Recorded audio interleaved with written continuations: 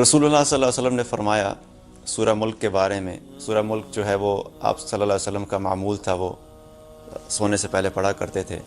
और इस सूरत के बारे में नबी सल्लल्लाहु अलैहि वसल्लम ने फरमाया कि कुरान मजीद में एक ऐसी सूरत है जिसकी 30 आयात हैं और वो अपने पढ़ने वाले के लिए सिफारिश करती रहती है, शिफात करती रहती है, यहाँ तक कि उसको बख्श दिया जाता है।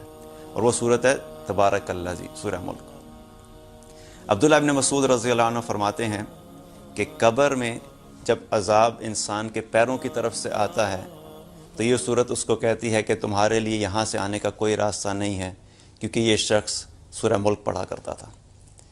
फिर जब अज़ाब सीने की तरफ से आता है या पेट की तरफ से आता है तो ये सूरत कहती है कि यहाँ से आने के लिए तुम्हारे लिए कोई रास्ता नहीं है, क्योंकि ये शख्स सूरह मुल्क पढ़ा करता था। और अज़ाब जब सर की तरफ से आता है तो ये सूरत कहती है कि यहाँ से आने के लिए तुम्हारे लिए कोई रास्ता नहीं है, क्योंकि ये शख्स सूरह मुल्क पढ़ा करता था। नबी सल्लल्लाहु अलैहि वसल्लम फरमाया कि मेरा जी चाहता है कि ये सूरत हर मोमिन के दिल में हो, हर मोमिन के दिल में हो ये सूरत। और आप सल्लल्लाहु अलैहि वसल्लम सूरह मुल्क और सूरह सजदा पढ़े बगैर रात को नहीं सोया करते थे।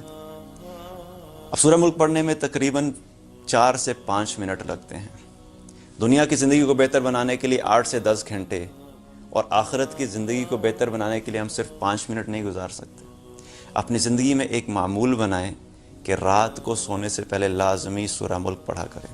5 मिनट का मतलब ये है कि हमारे पूरे दिन को अगर हम कैलकुलेट करें तो ये 1% से भी कम वक्त बनता है। दुनिया की ज़िंदगी के लिए सारा वक्त, सारा दिन, सारी मेहनतें और सारी कोशिशें, और कब्र के लिए कि हम 1% से कम वक्त भी नहीं निकाल सकते।